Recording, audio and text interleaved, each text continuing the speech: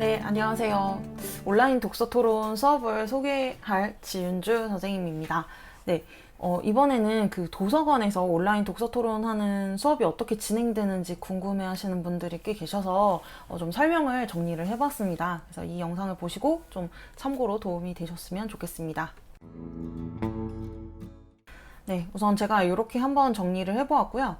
우리 도서관 수업 같은 경우는 사실 이제 한 강좌를 뭐 한 10명에서 뭐 15명 정도가 동시에 듣는 수업이잖아요.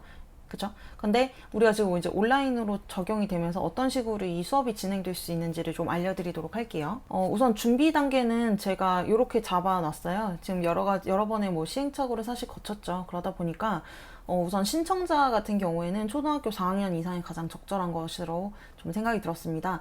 왜냐하면 좀 타이핑을 쳐야 되는 부분들이 좀 있기도 하고, 그런데 그 손글씨로 쓰는 경우에는 제가 숙제를 확인하기가 너무 힘들어서 네, 부득이하게 컴퓨터를 사용할 수 있는 4학년 이상 학생들을 대상으로 하고 있고요.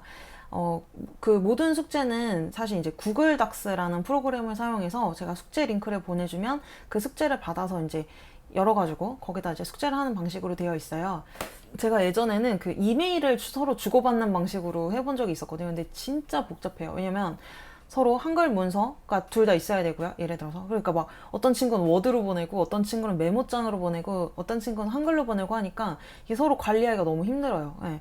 그래서 그 문서 양식이 우선 통일이 안 되니까 그것도 힘들었고, 우선 양식을 통일한다고 하더라도 메일로 보내잖아요. 그럼 그 메일을 제가 받아서 그 메일 제목을 제가 다시 정해야 돼요. 왜냐면 막 학생들이 막 메일 제목 아무렇게나 막 보내거든요. 뭐 안녕하세요, 뭐 아니면은 막 뭐 책 제목이나 뭐 그런 걸로 좀 써주고 자기 이름도 좀 써주면 좋은데, 하여튼 그런 양식을 전혀 안 지켜요. 그러다 보니까 파일을 받아서 제가 다시 정리를 해야 되고 막 이런 왔다 갔다, 그리고 제가 다시 수정한 다음에 다시 보내줘야 되고, 그럼 그 친구는 또 다시 다운받아야 되고, 그럼 원래 있었던 문서는 삭제해야 되잖아요. 그러니까 막 섞이기 시작하는 거예요. 그래서 굉장히 복잡했어요. 그래서 이게 주고받는 어떤 문서가 딱 하나여야 되는데, 그러기 위해서는 구글 닥스가 제일 좋은 것 같다는 생각이 들었습니다. 우선 처음 단계는 요래요. 예를 들어서 이제 4주차 활동을 한다고 했을 때 그 4주 전에 이런 제가 공지 문자를 보내요. 제가 이제 연락처를 다 받아서 일반 문자로 이런 메시지를 보냅니다. 뭐 안녕하세요.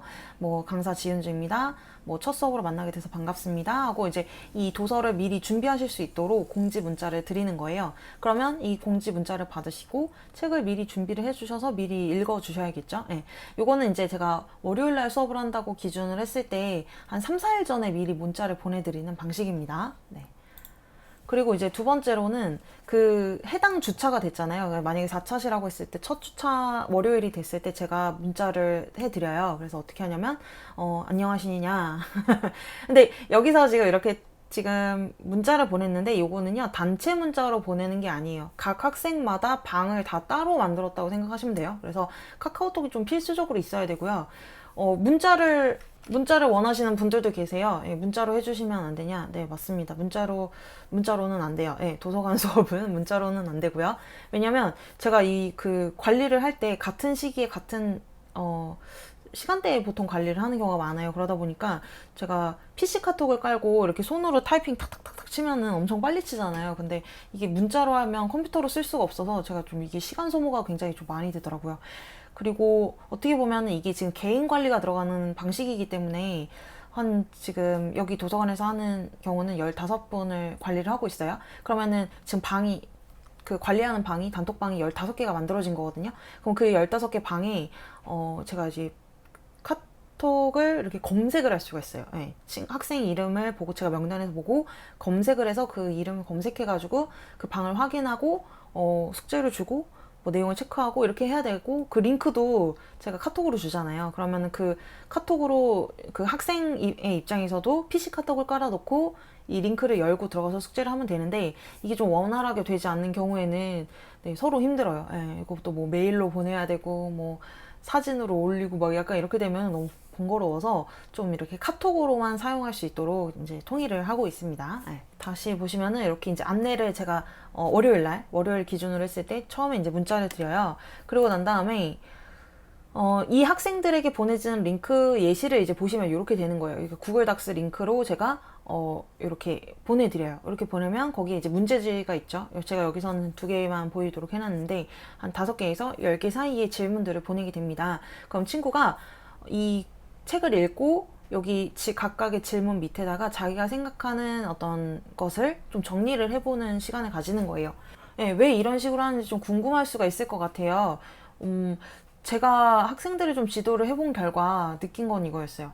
아이들한테는 정보가 필요한 게 아니에요. 그러니까 만약에 지금 양반전이라는 작품을 예시로 들었는데 양반전을 읽고 제가 그 양반전에 대해서 쭉 설명을 하는 거는요 별로 의미가 없더라고요. 네.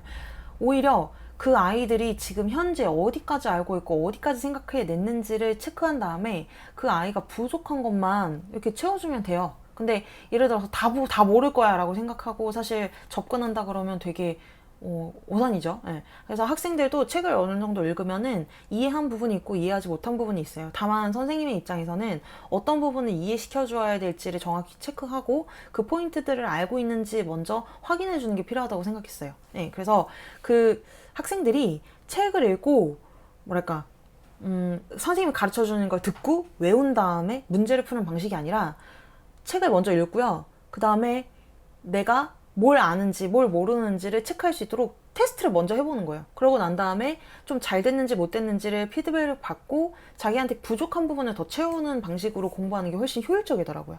그래서 이것도 영상 강의를 먼저 주지 않고요. 개인 숙제를 먼저 줘서 이 학생이 알고 있는 부분과 모르는 부분을 먼저 체크하도록 하는 겁니다. 다시 보시면은 요런 이제 숙제 폼에다가 숙제를 하게 돼요. 다시 말씀드리지만 이 한 차시의 수업만 해도 15명이 들어요. 근데 제가 다른 도서관도 그리고 개인 수업도 하고 있거든요. 그러다 보니까 그 학생들이 자기가 숙제를 한 시점에서 그냥 바로 문자를 줘야만 제가 한 몇 시간 안에 확인을 할 수가 있어요. 만약에 이 친구가 자기가 숙제를 해놓고 선생님 알아서 검사하시겠지라고 하면은 제가 그 학생이 수업하는 차시 마지막 날에 검사를 해요. 얘가 아직도 안 한 거야? 왜 연락이 안 오지? 이렇게 의문 체크하는 날이 있거든요. 근데 그게 일주일에 딱 한 번밖에 없어요. 그러니까 숙제를 하고 바로 문자를 줘야만 제가 그걸 체크하고 이제 숙제를 바로 확인하고 다음 미션을 줄 수 있는 거죠.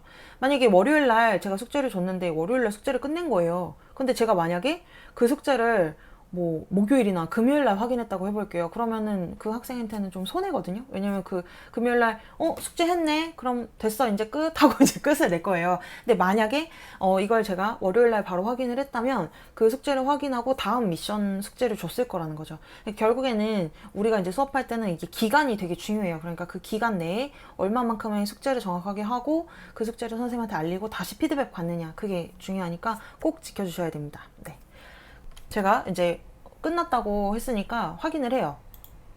그럼 이제 제가 이렇게 들어가는 거예요. 그 링크에 들어가면 원래는 이렇게 돼 있었잖아요. 근데 이제 학생이 숙제를 하면 이렇게 이제 텍스트를 막 써놓은 거죠. 잘 썼죠. 그러면 이제 이 숙제를 보고 제가 체크를 할 거 아닙니까? 어떻게 하냐면 첫 번째 방식이에요. 제가 숙제를 확인하고 그냥 숙제지에다 피드백하는 방식입니다. 요거 같은 경우는 아까 그 친구가 굉장히 잘하는 친구라 가지고 이미 통화를 많이 했어요. 초반에.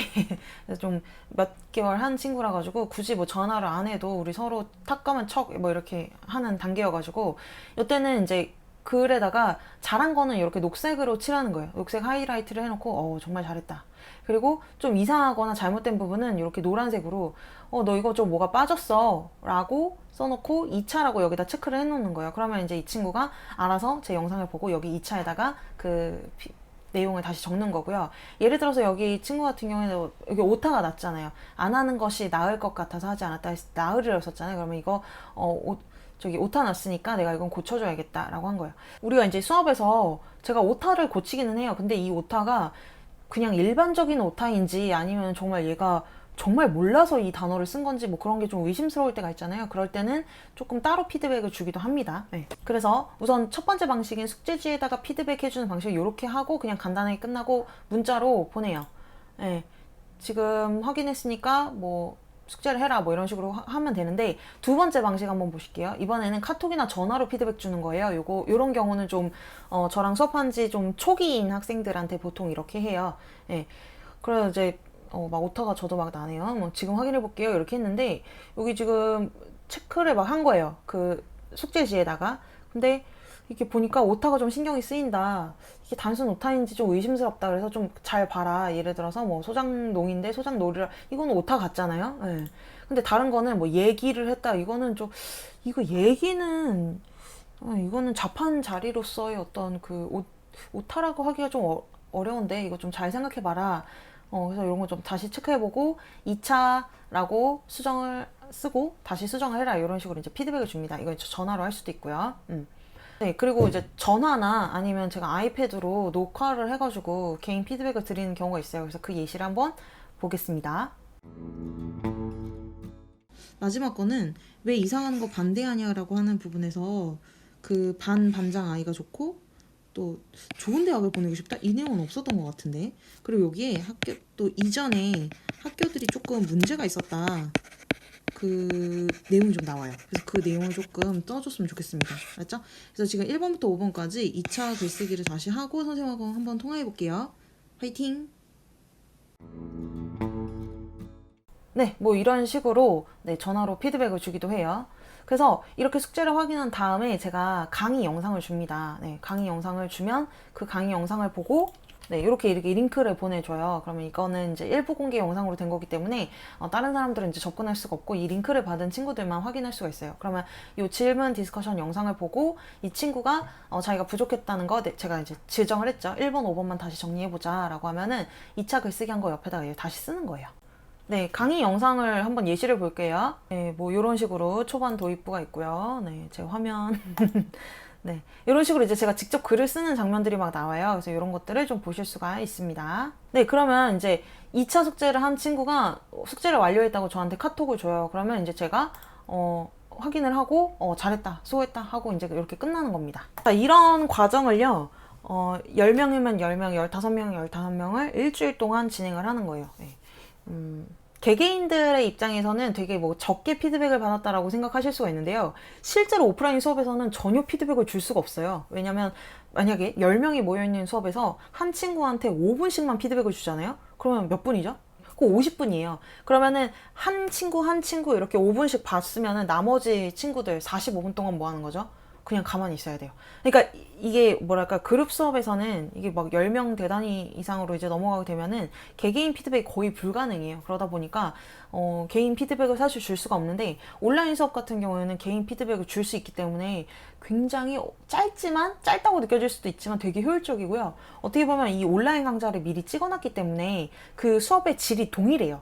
그것도 중요하고, 그리고 또 학생들이 실제로 글을 썼거나 뭐 제가 질문을 줬을 때도 제가 실제로 글을 써주는 적은 없어요. 수업 때는 글을 안 쓰거든요.